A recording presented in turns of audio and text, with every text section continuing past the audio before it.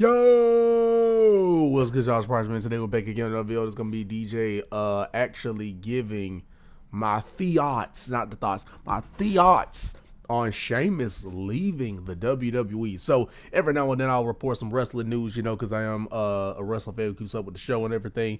And the report I've seen going around is that Sheamus is officially going to be leaving the WWE. Now, as far as the reasoning why, some could say maybe it's because TKO been doing this thing where they try to reconstruct people's contract in the midst of their contract still going on and not being expired and stuff like that. So that's what led to New Day leaving and stuff like that. And reportedly, as I saw today, this is a kind of, I think is a similar situation. And Sheamus already approaching the end of his contract anyway, and it's basically being reported that he's not going to renew it, whether it be because TKO is trying to reconstruct his contract or what. I'm not completely sure if that's like 100% true, but there were so many different reports that kind of all was saying the same thing, so I couldn't really find a proper website to really read from. But because everybody was kind of saying like either some of the same thing or they weren't really adding anything past the fact that he's just left. But nonetheless, I'm just gonna go ahead and get my thoughts on him leaving. If it is, I'll say this: if it's a situation where it was the same New Day situation where they tried to, reconstruct the contract, lower the amount of money, whatever, getting paid or whatever, then that's obviously messed up. And it kind of goes to show you that TKO is like this cold-hearted bastard of a company. You know what I mean? Considering the fact that they don't understand like the significance that these legends like New Day, like Sheamus hold, because they're not being presented in the same way as like a Cody or a Roman or a CM Punk. So because they're not being used as like that type of, I guess you could say, sorry, that was unexpected. You could say like modern legend, kind of like the legend that's kind of still operating in wrestling and stuff like that. They kind of basically seem like if you're not, like I say, at that Roman, Seth, Punk type of level, then they basically see you as a guy that just filter out of the company, which is pretty messed up. And obviously it shows the greed of how much money they want, considering they're able to filter out people that, hold a very special place in the fans like myself who, did grow up on Sheamus and stuff like that, who, they got a special place, especially like when they tried to, pack up R-Truth, you know what I'm saying? So just some people that just hold a special place in the heart, even if they're not necessarily being used as like a top guy or anything, or on pace to be a top guy or anything like that. It obviously sucks that he didn't get to go as far as winning the Intercontinental Championship. That was the one thing that eluded him his entire career. And shout out to Sheamus just being able to put on banger matches. Got to give him his respect. As far as recently, a lot. I mean, he had a great match on a random Raw with freaking JD McDonough. You know what I mean? So he was over there killing it with guys like that. He was killing it with guys like Gunther, obviously at that Clash at the Castle match, and I think it was 2022. That was great. The triple threat was great with him, Sheamus, and Gunther. So he's had a lot of great matches. He's had a lot of the banger. Yeah, for a banger, mate. He was over there having banger matches just randomly on Monday Night Raw. So he didn't even have to be on PLEs all the time or constantly in the main event. It just go to show you, he's one of those guys that utilizes his time very well.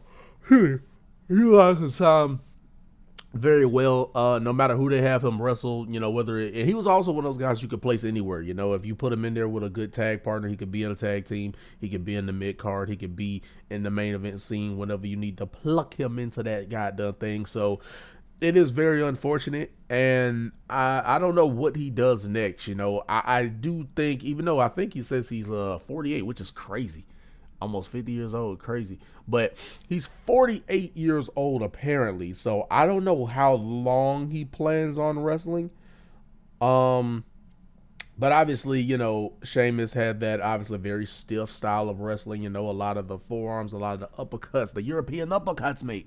The freaking chops and the everything. He's just a hard Irish fighter, you know what I mean? The Irishman, yeah. You know what I mean?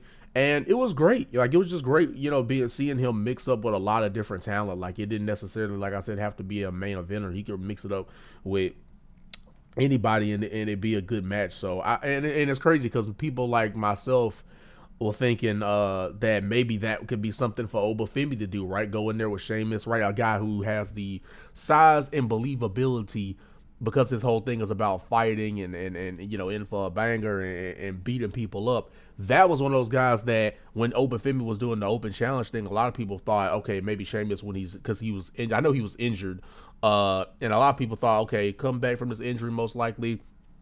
That'd be a great little program to do between like a Obafemi and a Sheamus, where one or maybe two matches come out of that when Obafemi was doing his open challenge thing. That would have been really fun for him to do. But obviously they ended up going with Brock answering the challenge.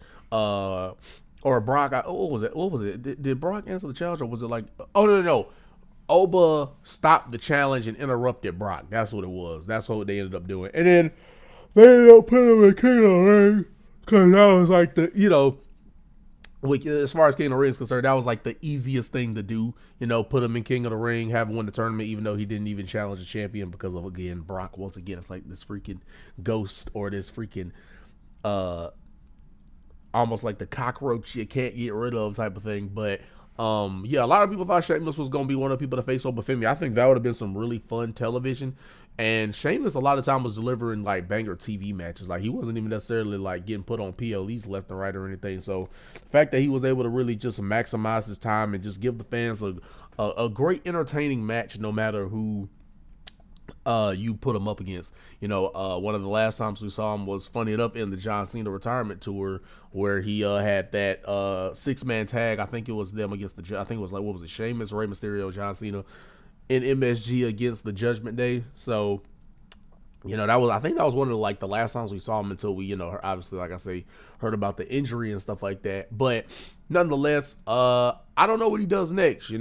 There's options. There's a TNA there. You know what I mean? That could be a natural little, because they got that little TNA WWE funnel. You know what I mean? Relationship. So if he kind of still wants to kind of somewhat stay within the WWE range, he could go to TNA. You know what I mean? They need some more like, main event caliber talent. So I think Sheamus would honestly be a cool fit for TNA. And there's AEW as an option. I think they kind of need some now I'm not, I guess you could say they would need some main event talent. I mean, granted, he could be in a tag team. There's the history there with Claudio. You know what I mean? Cesaro. You know what I mean? So there's the history there. So, I mean, they could do something there. So there's ways, I guess you could say, you could pluck them in, to all these different promotions. Not to say that, like, you can just fill these promotions up with wrestlers that, end up leaving or whatever the case may be. But I'm just saying there are options of things to do with Sheamus. He's a great talent, can add a lot to your roster. And it just would be really cool to see him in different promotions, considering this is like most likely the last time we see him in WWE. Oh, you never know. Maybe a situation where he doesn't sign. Maybe it takes him a while. Maybe they talk something out and he does end up signing. But as of the report now is that he's leaving. Like I said, could be the situation where maybe it's still the TKO thing of them reconstructing people's contract and Sheamus being another one to say, I'm out, fella. You know what I mean? I'm out of here, man. I ain't having that. You ain't about to mess with my money. Mess with my yen and dollars, my golden doubloons. You know what I mean? He could be a guy like that.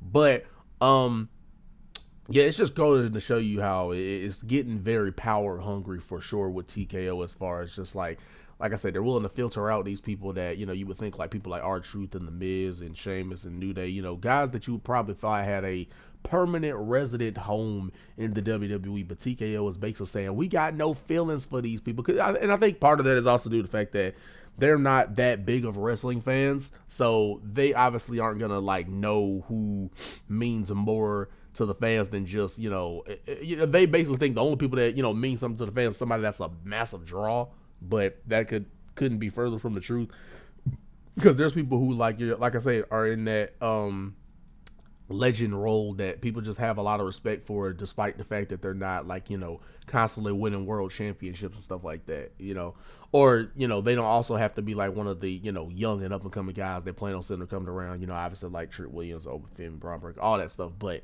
nonetheless, whatever Sheamus does end up doing, I wish him the best.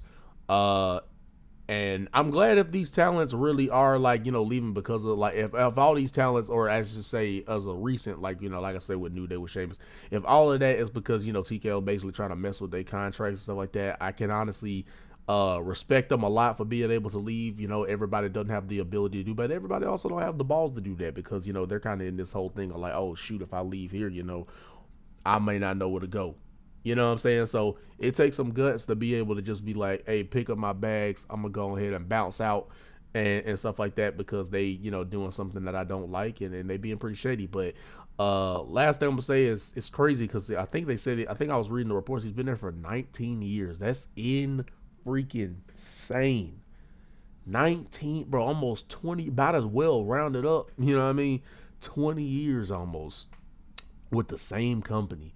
That's a lot of different stories, a lot of different matches, a lot of different injuries, ups and downs. That's a lot, you know, to be in one company for that long. I mean, he's been there since his late 20s, so that's insane, man. It just go to show you that, like, you got to give respect, you know, to these wrestlers for like going as long as they have, you know. So shout out to Sheamus for what he's done for the game, you know what I mean? Becoming world champion, a Royal Rumble winner, King of the Ring. Like I said, every other champion, right? United States champion, tag champion, all this other stuff. So it's just been cool watching him. You know, like I said, obviously, he was one of the top guys as I was growing up. You know, I was growing up during that John Cena, Randy Orton, CM Punk, Daniel Bryan type of era. So he was a massive part of that. So appreciate Sheamus for what he's done. If this is indeed his last time in the WWE, and that he, you know, goes as far as to, like, you know, as the reports are saying, doesn't renew his contract, so he'll be able to go wherever. Since it's a situations where he's not renewing his contract, he'll be able to go wherever. So it ain't like he got, you know, the 90 days or whatever. So hey, whatever Sheamus does, I hope to be able to keep an eye on it and just be able to enjoy whatever content he put out, man. But appreciate Sheamus for what you done, man. Massive respect towards you, and hope you find a great place that has the proper amount of respect. Not proper number 12 Irish whiskey, but has the proper amount of respect for you. But anyway, if y'all want me to talk about any other things wrestling related, let me know some things that I can talk about down below, and or just any type of reactions you want me to do. Link them down in the comment section. I'll be getting onto that thing as soon as possible. Anyway, really appreciate you guys. And at the end of it, we're gonna say this is what's gonna be the certified legitimized legalized prodigy. Continue to go on with the content, the videos, the bangers, over and over again for you guys. See you in the next video. That's all you need to know. And that's the vibe that DJ's on.